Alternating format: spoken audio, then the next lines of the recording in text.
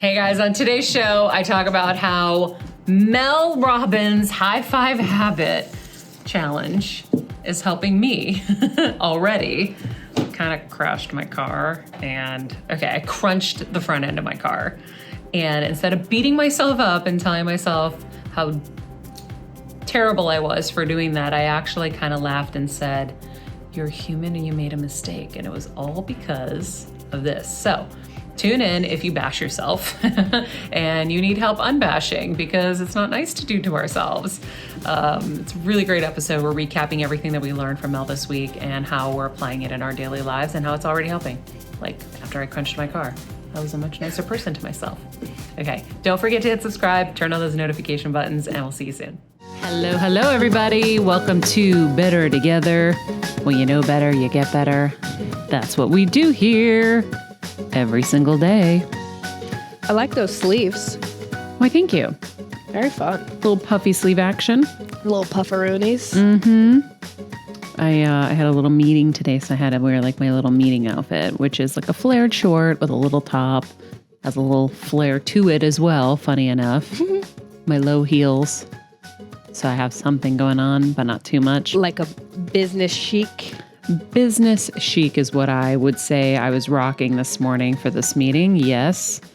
Had a little meeting today, but I'll tell you, it's funny because it connects to Mel Robbins. And so today we're going to chat about what we learned from Mel Robbins this week and the high five habit.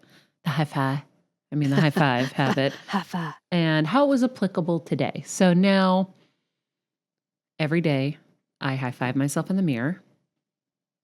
I tell myself I love me. I say, I love you. It's funny how it works, right? Like you do it and you just kind of smile at yourself. You can't help it, right? Yeah, well, it was funny. Like, I felt like I was more emotional when I did mine. I was like, whoa, I've never looked at her. / I also like wasn't feeling hot. So maybe that was like the whole thing, So I was like, oh, damn, you don't feel good. And then it was like, I didn't cry, but I felt more that. But I know Mel told us you could feel one or the other, right? Totally. Well, for you, you're not feeling well on top of not feeling well. So there's like the double emotion there. That's why. Yes. It's like the double rainbow, but not. The double rainbow. Exactly. But the totally not. Exactly. It's the double upside down black, gray, and white umbrella of rainbow. Exactly. So I could see why you would be emotional. For me, I also had just listened to this it's not old actually, it's probably a recent interview of Esther Hicks, where she doesn't sound like the Esther Hicks in those videos. She sounded like a little calmer and quieter. Interesting. And she was talking about basically what Mel was saying about how we need to tell ourselves every morning in the mirror that we love ourselves and how far that will go in changing the energy and stuff. And so, and the different affirmations that you should be setting your intentions and your affirmations in the morning in the mirror. So what I did, and might be helpful to all of you, is I took those little sticky notes and I wrote myself little notes. I like that. Only good is before me, like the best is yet to come, or like high five, to remember to high five, I love you, and chapter 2 will be even greater than chapter 1, and just like all the things that I want to keep remembering. So I pasted them onto like my powder, my blush. Right. That's smart. So every time I grab one of those things, I'm seeing it, and then I'm like, oh, cue me to the mirror. Okay, it's like almost like a TV show. Like my script is there, and then I have to look in the mirror to deliver it. Yeah. So some people put it on their mirrors. I don't like people knowing what I'm wanting to remind myself of. So if you have a roommate or a partner or whatever, I mean, I wouldn't care if Kevin saw it, but I just kind of like anybody else who's coming through my house, I don't want them really seeing that stuff. So I like that I get to kind of hide it in there, and it's like a surprise every morning. A little sacred space. I put mine, and you noticed this the other day, on the inside of my little pill container. I was like, you got this. Bye, SIBO. Like, we're getting better, and so I'm going to add a little high five thing because I open it 3 times a day. Yeah. Every day. So but it's just for me. You're right. I wouldn't like putting it on my like mirror where my roommate is too. It needs to be on something that's like, this is for Kelsey's eyes only because this is for Kelsey only. Exactly. Yeah. Yeah. And, the reminders are nice, but it's also like, it's fun when you are almost surprised by it, because if you put it on your mirror, you're going to get used to it being there and you might miss it. For me, it's always a surprise when I open the drawer and I see it on my makeup stuff. It's unavoidable in a way. So I really am loving it. So here I am. Now I'm doing my yoga nidra every morning, sometimes even at night. I am opting, instead of watching a TV show, which, by the way, I haven't watched TV at night, only on Sunday nights for 90 Day Fiancé. I haven't watched TV otherwise at all, but if I get the itch, I will yoga nidra instead. So my body is having 20 to 40 minutes of full peace a day now, like full peace, like transformative peace. I'm high-fiving myself multiple times a day. I'm just fucking doing it as much as I can. I'm like, high five, high five, high five, you got high this, five. girl. Hilarious. And then I'm doing my affirmations. So this morning I'm driving and I had this weird feeling. I'm like, am I going to get rear-ended today? And I was like, okay, Maria, throw that thought out. But then I saw this woman and she looked like she was looking down as she was driving behind me the whole time. And I go, oh shit, it's going to be her. So I get away from her and she keeps finding me. And I'm like, oh shit, lady in the Bronco just keeps following me. So really cool thing happened, by the way. I was in the drive-through and the guy in front of me bought my coffee and my little sandwich this morning. It was so sweet. And so that was really nice. And then I get to my meeting. Now I'm right there and I have to do a 3-point turn or a U-turn to get there. Now someone's behind me. You know, when someone's behind you, you kind of get a little panicky. Get nervous. Yeah. Yeah. So I'm getting a little nervous and I'm like, I think I got this. Like I'm making my turn and I think I got it, and I didn't, but I didn't know it at first. So I hear like a little crunch. Now my car's a convertible. It's very low to the ground. And I hear a little and I was like, oh, I wonder what that was. Park the car, go to put the money in the meter, and I go, oh, now I know what that was. I crunched the whole front end of my car. I know. Which she told me this, and I was like, what are you talking about? Because you know I don't do shit like this. No. This is not me. This is Kevin. Yeah. Kevin does this. I am a really great driver. I pride myself on my driving skills. And so that was a rare moment for me. And so I voice messaged Mel and I said, I just want you to know I crunched my car this morning, but between all my high-fiving, my affirmations, and my yoga nidra, I am just saying to myself that I made a mistake. Yeah. I'm a human having this experience here, and I love myself despite my stupid mistake. No, I said, I love myself despite my mistake, but if it wasn't for this now, I probably would have been beating myself up saying, what an idiot, how stupid are you? Yeah. All of that inner monologue would have come up. And instead, I kind of laughed it off. Mm-hmm. And I went into my meeting, had an amazing meeting, and some like potentially life-changing things will come from this meeting, not just for me, but for everyone who's listening to this. And there's a really big kind of idea and plan brewing. Percolating. And so I was like, okay, I'm going to focus on the guy who got me my coffee this morning and my high-fiving and my new procedures in the morning, my new practices that are actually doable. Yeah. Right? That's the best part. Because that's when Kevin and I were doing the show, our favorite line was, wow, we both have Home Depots full of all of these amazing tools. Do we have time to use the tools? No, they're collecting dust. That's what we would always say. You guys. It was bad. Oh my God. I let you take over the show and this is what you guys say? Because, excuse me, you guys, we weren't like, but but I think it's also because like we weren't making the time. And I think that's key. It was a different situation, but you have to make the time. Like Maria's making the conscious choice to not watch TV, to do yoga nidra, you know, and like, to take the time to write the sticky notes so she doesn't forget to high five herself. Yep. So I think you can have all those tools and let them collect dust, or you can choose not to. Yeah. So I'm going to start choosing not to. Yes, exactly. And listen, I always say you can't do them all. Mm-hmm. But what I love about the high five habit is it's so friggin' simple. Really, there's no excuse not to do it. It's so easy. Every time you look in the mirror, high five. Love you. Okay, bye. Yeah. Done. Yeah. So easy. That's why every time I'm in a mirror, And I've used mirrors throughout my house to make things look bigger. Yeah. It's a really great design technique. So there are a lot of mirrors, not because we're vain, but because I want light to come into places and reflect. And then I want the space to feel bigger. So every time I'm in a mirror, I'm like, high five, yo. High five. Do you like actually touch your hand? I do. I try not to do too many fingers though. Like I kind of do like the side, like high five. I was curious because I was like, am I supposed to leave a handprint? You know, Yeah, so I don't think we want the handprint, but you want the action of like, hey, I Yeah. got this, Yeah. and I love you, and you rock, and you're amazing, and you're Yeah. a queen. And you're a queen. How cool. I just think it's so amazing. And you touched on it the other day in the show, but like how amazing that this came out of where she was, right? Mhm. This simple thing that is changing people's lives. And it's so Yeah. simple. In fact, I'm going to play the message I actually sent her. Maybe I Yeah, should just please play do. it. So let's see. Let's see. Here we go. Well, I will tell you, I just walked into my meeting. I've been telling everybody about you and your high five habit.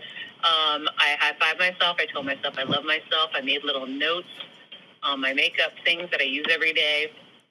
And today I accidentally ran my little Porsche Targa's front bumper into a sidewalk as I made a U-turn that I thought I had, but I didn't. And I heard crunch. And now the corner of my car is crunched. And I laughed about it, and I said, I love you for your mistakes, and it's all good. Otherwise, I probably would have been crying right now, being like, what a fucking idiot I am, and how I don't do this kind of shit ever. I'm really good with cars, and I'm really incredible driver, but I fucked up, and I am forgiving myself because of you. So there you go. I said everything I said to her except for the F word. I did not use the F word with you guys, but yeah, so that was me telling Mel how much of an impact she's had already. So everybody, this book is such a fast read. I read this in maybe like 90 minutes, not even. It was so good and so helpful. And I feel like there were so many things we didn't get to with her that were really powerful that I kind of want to highlight. So in the book, I circled just in the beginning, she was talking about how she had a hell of a few months. The stress was nonstop. She'd been so busy taking care of and worrying about everyone and everything else. Who was taking care of me? How often do I say that? Oh, literally all the time. That's literally the line of lines. That should just at the end of it, instead of the quote saying Mel Robbins, it should say every woman in this world. Every woman ever, always. Right? Yeah. And then she wrote, I just wanted ... a freaking break ... from life. Yeah. Who hasn't felt that? Mm-hmm. Right? And so she's like, I don't know what came over me or why I did it, but for whatever reason, standing there in my bathroom in my underwear, I lifted my hand to my tired reflection in a kind of salute. I said, I see you and I love you. Come on now, Mel, you got this. And that was the beginning of all of this. And that's when she realized she wasn't alone, that she had herself. I love that she shared her picture, like Yeah. her, with the retainer. With it, I was like, "Thank you for being so real." I love that. I think that's what people connected with. Yeah. And, we talked about this too, is like the high five is so much more than a slap of the hand. It really is a transfer of energy and belief from one person to another. And it's just like at the end, I wrote here, because I wrote notes everywhere. It says, if you don't believe in you, why expect anyone else?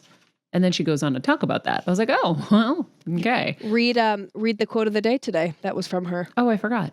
Quote of the day. You need to hear this loud and clear. No one is coming. It is up to you. Mm-hmm. I've been saying that for how long? A long time. A long time. Mm-hmm. So that is from Mel Robbins / Maria Menounos. They collaborated on that. So she talks about like oxygen mask first. She's like, I've heard that saying a million times. The truth is I never really knew how to do it in my day-to-day life. Boy, did this high five in the mirror open my eyes to put yourself first. You need to cheer yourself into that position because that's exactly how you put everyone else there. Think about how great you are at supporting and celebrating other people, cheering for your favorite teams, following your favorite actors, musicians, people. We put people's faces on t-shirts and we rock them. Like, they're amazing. So true. Right? I'm sweating watching a football game because I'm like, I believe in you. The Patriots theme was, I believe. But I don't even believe in myself sometimes. Right. What? Right. I believe in these strangers I don't even friggin' know. So we believe in all of them and we champion all of their achievements and we don't do it for ourselves. And that's where I wrote down at the bottom, we're taught from a young age that we are conceited if we celebrate or encourage ourselves or have Selfish. self-love or whatever. Let's see. How crazy is that? Like, It that's was- just like from a young age. By page 9, I wrote, I need this book right now! Exclamation point, exclamation point. How you see yourself is how you see the world. She talks about how she wasn't always, great at giving this to herself. She's her own worst critic. It's only recently when I started high-fiving myself in the mirror, and then in so many other symbolic ways that things fell into place. When you can learn how to see and support yourself, it gets easier to catch those moments when you start going mentally low and flip into a more powerful and optimistic frame of mind. With a positive mind, you'll be motivated to make positive changes to your life. When you're equipped with what that kind of high five energy and attitude is, you can make anything happen. When I stopped trashing myself and started giving my reflection a high five instead, it was more than an encouraging gesture on a low day. It flipped that self-criticism and self-hatred on its head. It changed the lens through which I viewed my life. That was the beginning of a massive shift in my life, a line in the sand, the beginning of a brand new connection to the most important person in my life, myself. A new way of thinking about myself and about what was possible for me. And it inspired me to create an entirely new way of experiencing life. And that's why she wrote this book. So she talks about how it's time to cheer for you. Maybe you struggle to love yourself or can't change no matter how hard you try, or maybe you're kicking ass and taking names, but can't truly enjoy life because you focus on what's wrong, not what's going right. Ooh, I can be really good at that. I'm good at that all day until I go to my grateful list. And then I'm like, oh shit, I had so many things to be grateful for today. Yeah. Maybe your past is littered with horrible things that have been done to you or horrible things you've done to other people. So she said it starts with you. The relationship with yourself is the foundation of every relationship in your life. The way it works on your subconscious mind and at a neural pathway level is deep. So that high five, even though it seems stupid or weird, the research is actually supportive of it, as we talked about. She said, here's a thing that's been a revelation to me. You can work hard while being soft with your soul. You can take chances, screw up, and learn the lesson without burying yourself in shame. You can have huge ambitions and still treat yourself and others with gentle kindness. You can face really hard and terrible situations in life and double down on optimism, resilience, and faith to get you through. When you stop making yourself wrong for how you're feeling, you'll immediately feel better. So that's what I did this morning when I crunched my front end of my car. I was like, normally I would, and by the way, it happened automatic. I just kind of laughed and was like, oh, balls. But I didn't do the immediate beating up of myself. I instantly went to, you made a mistake. What are you going to do? And that's even knowing that it's going to be super expensive to fix because it's my fault. And this car it's a nice car and it has expensive parts. Definitely not the time to be having an expensive mishap. Right. But how great, because you know, it would have been harder for you because you had to then go into that meeting, right? So you couldn't go into that meeting with all that energy. No. So you would have taken your whole nervous system on a freaking try and get better, you know? So it's like, how cool that you were able to instead just go like right there. Yeah, already. And it's only been 2 days maybe of high-fiving and a couple days of yoga nidraing for me to get there. This is definitely something this for sure I would have beaten myself up on. I would have said exactly what I said in that recording to Mel. What a fucking moron. How could I do this? And I would have beat myself up all day about it. And for what? What do we gain? Like really, like, let's look at it. What do we gain? First of all, you're beating yourself up. You're really all you have in life is just you. Everyone else can leave you. You can't leave you. So why would you treat the only person you have terribly? And it's not going to change anything. So now you're wasting all of that energy where you could be putting it into other things. You can't change the mistake. You're still going to have to pay for it. You're still going to have to fix it. It's still there. So just forget it and move on. And I'm really grateful because if I wasn't in this mind space, I would have definitely done that. So let's see, what else did I circle here?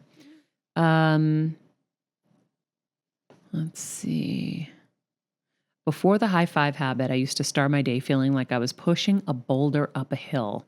Now I was leaving my bathroom every morning, feeling the wind at my back. I loved that. Let's see. The other thing I want to point out too is like, it seems so silly, right? And she was even saying that, like that line, it's like, that seems silly, but like try it. Mm-hmm. And it's not like, it's crazy. That's what I'm saying. Like, I'm still in shock about how something so simple, but I think we've come to this like, or I don't know, we're at this place in society where it's like, we don't think it can be simple. We're like, we got to do this and 25 bubble baths and 43 therapists. And it's like, no, you just give yourself a high five. Yeah. So for anyone who's skeptical, I'm like, just try it. Well, that's what I think of. I'm like, okay, this is so free, so easy. Yeah. Doesn't really take a lot of thinking at all. Mm-hmm. And it's scientifically proven to make shit better. And I'm already seeing it is. Yeah. Like, I am your proof. Because like I said, I don't crunch cars. And also, you'd be honest. You'd be like, yeah, well, this isn't working for me. Exactly. I wouldn't be dedicated a whole other episode to it. Right. Trust me. So my theme song, and boy, am I sick of it. So my kids were onto something with this conversation because for the first 40 years of my life, my theme song was, I've messed everything up. For me, it sounds like this. I might as well just flush the last 40 years down the toilet because I blew it in college and law school and in the first part of my marriage, and I was a terrible parent.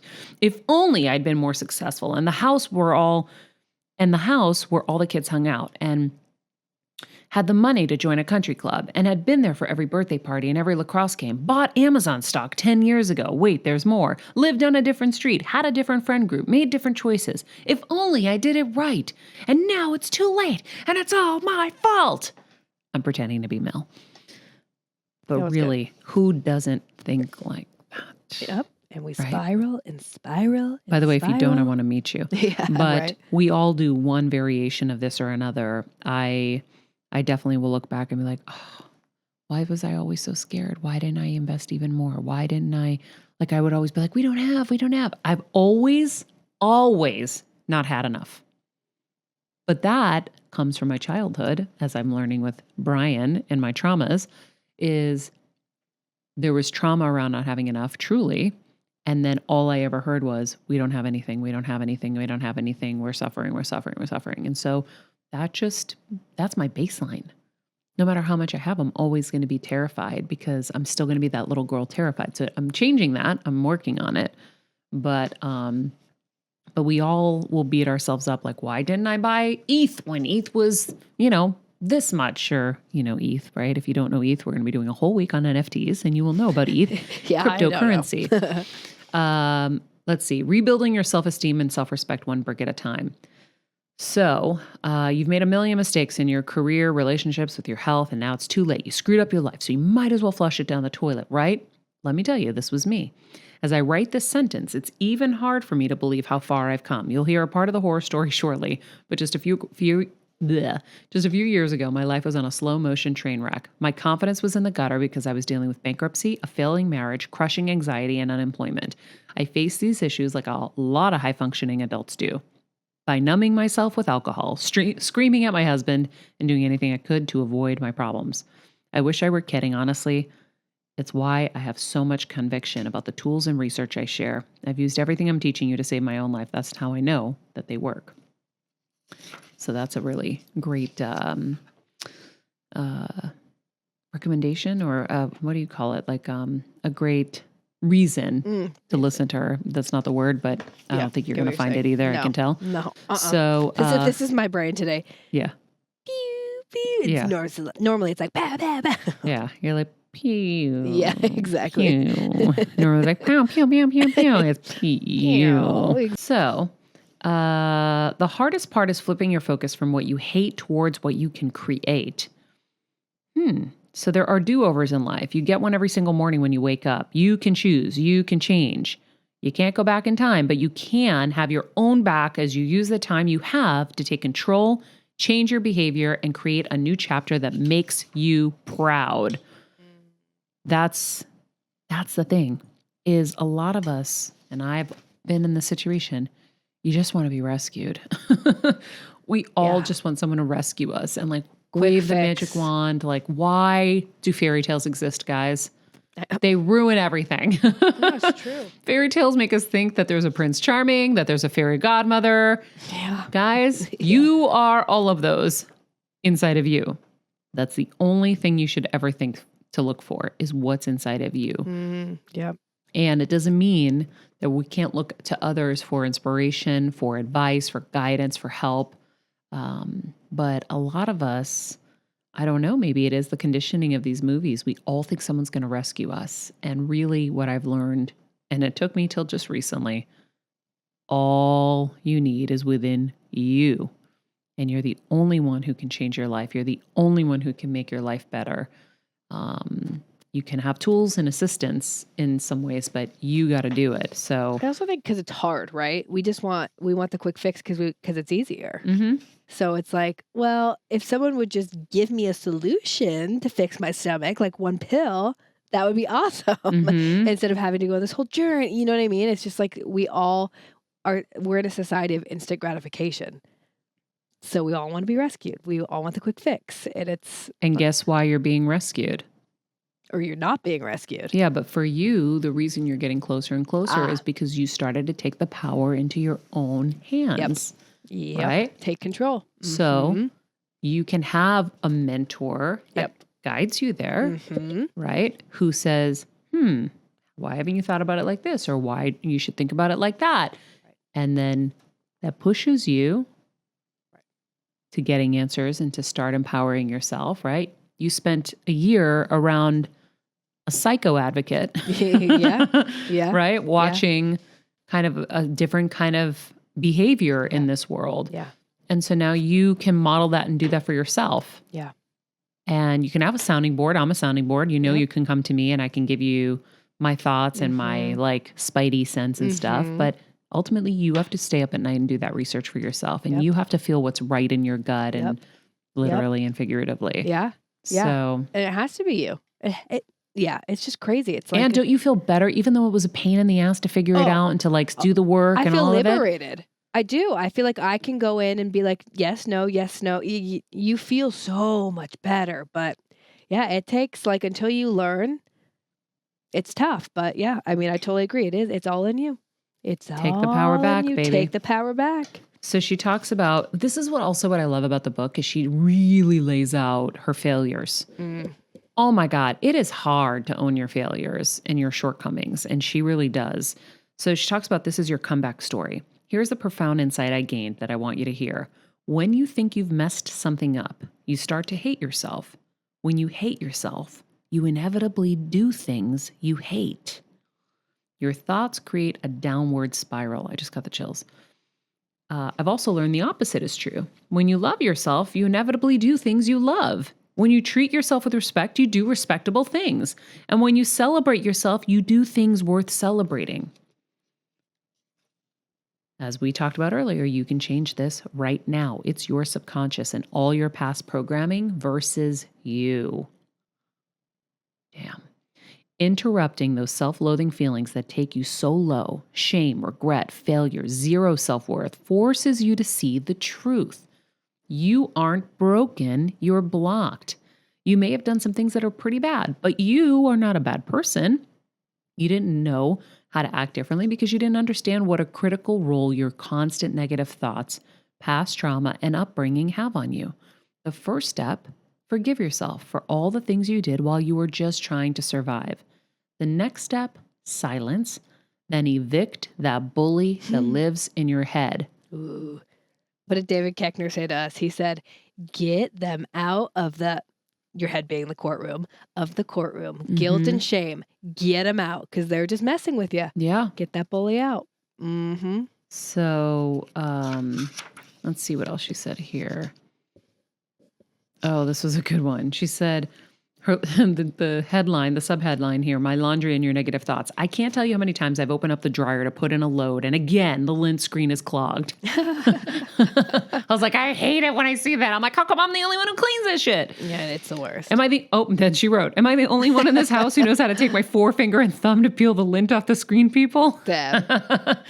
I'm sure that's how every mom felt growing up. Oh my God. There's always a thick padded layer of fuzz that completely clogs the screen. One day as I was cleaning the dryer filter, I had an epiphany. Just like that dryer filter, you and I have all kinds of crap inside of us that has built over time.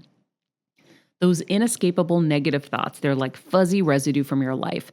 The residue has been accumulating since you were a kid in the form of other people's opinions, negative self-talk, rejections, disappointments, heartbreak, discrimination, trauma, guilt, and self-doubt. These experiences have created mental lint. It clogs your mind and blocks you from being able to celebrate you. Mental lint. Okay, I'm rereading this and having a re-epiphany about the mental lint that I am trying to clean up. That's exactly what's going on in my head. It's just mental lint. Like you see me sometimes, I'm like, ooh, because it's like all the little traumas, the little ones, right? Yep. People who have done you wrong or things that have happened wrong. We were talking about that the other day. It's the mental lint. Yeah. Lint. And it blocks me from my next kind of higher level. And it's blocking you from your next higher level for sure. Like she said, it's clogging your mind and it blocks you from being able to celebrate you. So powerful. So she said there's a lot more to this than a cute metaphor. In your brain, there's a filter. It's called the Reticular Activating System, or RAS for short. I call it a filter because negative experiences tend to get stuck in the RAS. But technically, it's a live network of neurons that sit like a hairnet over your brain. When your RAS is jammed with thoughts, beliefs, and experiences from your past, you stay stuck in the past. That's why you keep repeating the same mistakes, thinking the same negative thoughts, and living in the echo chamber of your mind. Damn. So this high five habit and all the tools in the book are taking your thumb and forefinger to the lint in the filter and peeling all that crap and buildup. Oof. Yes. I need to go back and read that. So she's saying that like it builds up and then until we break it down and remove it, we can't get past it. Yeah. Huh. So your RAS has a huge job. It decides, filters what information gets in your conscious mind and what information stays out. Every day, your RAS must police 34 gigabytes of data. That's 3 years worth of phone data in 24 hours. I want you to embrace what an enormous job your RAS has and why it needs your help to basically delint. It takes time. It needs a hug because it's working overtime and it's been filtering the world through all of your crap. Filtering the world. So imagine your world's experience is being filtered through that huge lint clogged up filter. Wow. How does anything get through? Nothing. And I'm sure all the bad's just continuing to collect, right? Mm-hmm. Continuing to lint up. Wow. Then she talks about her husband and what a failure he felt, which she talked about in there. She goes, I'm not giving this advice only to you. I'm giving it to myself. I used to let self-doubt and jealousy eat me up inside, but now I know that jealousy is just blocked desire. We've done some envy stuff here. Yep. I like that way to think about it, is it's blocked desire. Blocked desire. We talked about using envy to guide you where you really want to be. Because if you're envious, that means you want some of that. And so, by the way, anybody who's envious, it's not usually what you think. Sometimes you have like nasty kind of feelings about somebody else. Like really think about, why are you thinking like that? Like, oh my God, she's had so much plastic surgery. Maybe you want to do some plastic surgery and you have a blocked desire you're not thinking about, right? We've talked about this in the past. We have. And so, maybe it's like, who does she think she is having a car like that? Maybe you want a car like that. Yep. But you're just pretending you don't because you don't want to feel like you couldn't achieve it. Or I always go to, sorry, I had to take my hand off the thing because of Winnie. I always go to like Kelsey's in the booth engineering with Winnie in one arm. But I always go to like females with their outfits, right? Like if I feel like, if you're like, oh, who does she think she is wearing that? I'm always like, do you want to wear that? Like jelly donuts. Yeah. Are you being jelly donuts? That's what we say around here. Are you being jelly donuts? But it's, Yeah. I think I like blocked desire. Blocked desire. Let's see what else did I mark in the book? Flip it. So I'm gonna repeat something I've already told you. People pleasing isn't about other people. It's about your insecurities. And my deepest insecurity is people being mad at me. A big part of getting to this place was flipping my limiting belief. Tony Robbins talks about limiting beliefs. So her current limiting belief was if someone is disappointed or upset with your decisions, they stop loving you. So the way to flip it is people can be disappointed in you or upset with the decisions that you make and still love you. That's kind of usually what we expect parents, right? I feel that though. Oh my gosh. I mean, I'm working on that. That's something I'm working on, but I always thought that. I was like, oh my gosh, if they don't, like me or they don't like that decision or I don't please them, they're going to hate me and then I won't have love and then I'll die. That's what we all literally think. My brain. Yeah. But that's when you go to a Tony Robbins seminar, that's what he says. He's like, you think X, then this is going to happen, then this is going to happen, and then you're going to die. And then you die. Yeah. Yeah. It's crazy. You would be like such a great case study. Yes. And then you die. And then you die. Oh. Yeah. So the next thing I loved here that I circled, what do you want your life to look like? What a great question. And this should be like one of our social posts. Like we should actually social this out and share this with people just to get everybody thinking. Just answer that. What do you want your life to look like? What a hard question, right? Very hard. So is it that you want to work hard and by the time you're 50, you want to be totally done? Is it that you want to work, well into your 70s, but you want it to be like a little bit more normal paced? Do you want a 9-to-5 so you can be home with your family for dinner? And do you want to be retired at a certain age? Do you want to be a real estate mogul? Do you want to be able to take multiple vacations a year? Do you want to not have kids and have a charity that is your kind of like outlet for your nurturing side? Like, what do you want? I think that's like such a crazy thing because I don't think anybody really asks you what you want. No. They just tell you to do something. And I don't think you ever ask you. No. I think we just go and we just do. I think it's a great question. Yeah. What do you want your life to look like? Do you know what you want your life to look like? Or are you still figuring it out? You do. I do. I want to shift my limiting belief that the only way to succeed is by working 24/7. I want to be able to succeed without massive output. So working smarter, not harder. And I want to be able to live a comfortable life. I don't need a lot. I just need to be able to go on my very nice vacation once a year that I really love. Like my top end favorite vacation. And I want to obviously, there's what I want to do that's impactful and meaningful and all of that. But in terms of like my lifestyle. Yeah, I like that. I just want to be able to have a simple life that doesn't require a lot of like hustle and bustle, not a million, responsibilities with like stuff. I want to declutter the stuff, have a simple life, be able to travel when I want to travel, and live just like kind of a less responsibilied life. I love that. Even with kids. Mm-hmm. I'm going to go home and work on mine. Yeah. I think we all should. Yeah, it's a really important question. So she said, what do you want it to look like? And let me tell you, it's an eye-opener. When you're clear about what you want, you can empower yourself to go get it and not keep feeling bad about it. And if you don't know what you want, then ask this. What do you not want your life to look like? It's a lot easier, right? And Esther Hicks always says, when you know what you don't want, you launch rockets of desires for what you do. So I know that there was a turning point for me where I was like, I don't want this anymore. And then the flush of what I wanted started coming. I was like, whoa, that's powerful. So she's right. If you can't answer what you do want it to look like, because man, that takes a little creativity.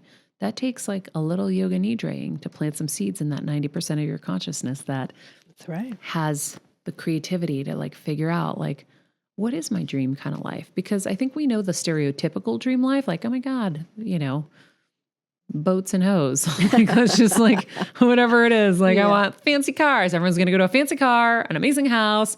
Okay, cool. When you have all that, you realize that's not really what you really wanted. Most people want growth and contribution. They want to feel like they're making an impact in life, and they usually just don't know that. So I think some of the richest people in the world don't have the biggest bank accounts. They have a really Yeah. rich and fulfilling life. And when you see a movie like It's a Wonderful Life, which by the way, it's almost Christmas, when you see a movie like It's a Wonderful Life, you really get to see that being rich in friends and is really way more powerful in the end. It's a beautiful story. I love that movie. But we all want to pay our bills and we don't want to have to stress. That's the goal. She said, I knew I wanted to follow my dreams and be present for my kids. I wanted to show my daughters what it looks like to have a mom who's out in the world making a big impact, and show our son what it looks like to follow your own dreams while still supporting your partner like his father does. I also knew I wanted to be traveling less and around more. Guilt was not helping me achieve these goals and dreams. And she has a whole chapter on, but do you like me? Why are we all so insecure? Oh, this is a good one. This is a good one, actually. I really liked this one. So she was talking about how in her 30s, she was diving into personal development. And she was studying stuff, and she was sitting at Oprah's Live Your Best Life tour. And she was, dancing with everybody, high-fiving. And she heard herself say, I want to be doing that. But she didn't know what that meant. Ooh. And it's funny because I've had similar kind of moments. And she signed up for a coach.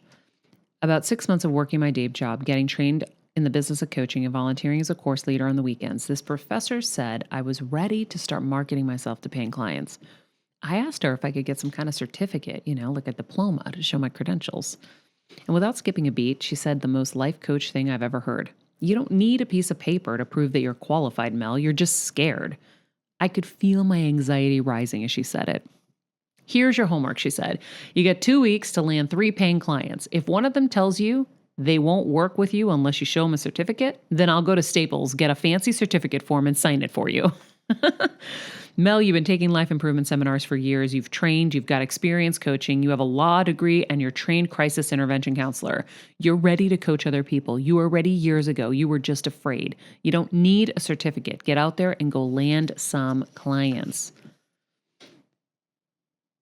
So, I think that's something that we all kind of need to hear. It doesn't mean go run off and go do something you're not qualified to do. But there's a lot of us, me included, that will have a lot of imposter syndrome and a lot of fear around kind of putting yourself out there. And so this is just a really great kind of reminder that you just got to be like Nike. You got to just do it. Do it. And not be scared. Don't let fear run your ride. Don't let fear run the ride. Anyway, I mean, I could go on. There's so many things in here. No, this book is incredible. I'm loving this. But I think that I know that the book has already helped me, and I know it will help you. And if you don't want to read the book, get the audiobook. Mm-hmm. It'll go really quickly. And I think it's really game-changing. And that's why I'm so passionate about it and so passionate about sharing it with you guys today and chatting a lot more in depth about it, because I'm already seeing the results. So cool.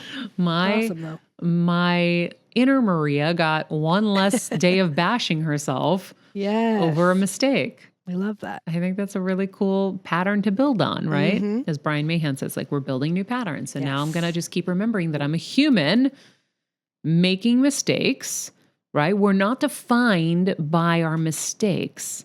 We're defined by what we do with them after, right? So when you get up and you go anyway and you figure it out and you apologize or whatever it is, your response, not your reaction, is really what you need to be focusing on. And so you're never defined by your one mistake. Everybody makes mistakes, and some people make huge mistakes. And if they handle it accordingly, you can always come back.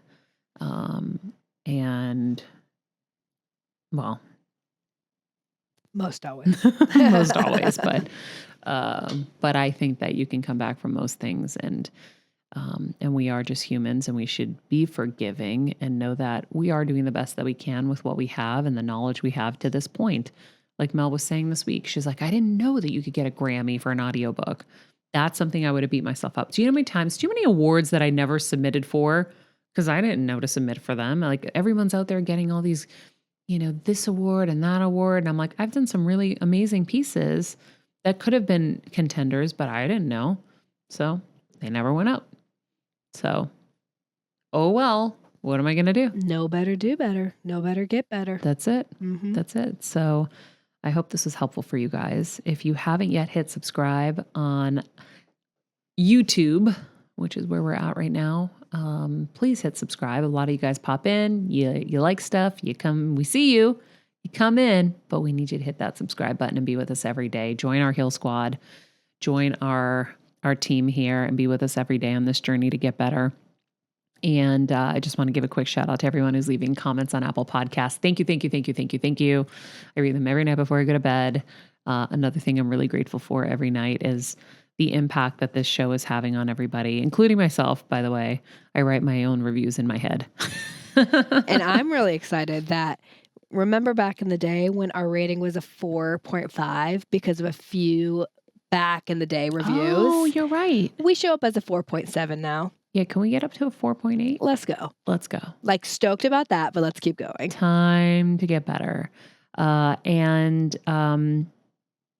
I think our next Heal event. So by the way, if you haven't joined us on Patreon, go to the link tree in my Instagram or Better Together with Maria and join us. At the $10 tier, you get weekly shows with no ads and a bonus show every week. And you get the monthly Heal events where I get incredible healers and experts to come in and work with us in a really cool atmosphere, right? So we're all together. We can actually talk to each other, which is super cool.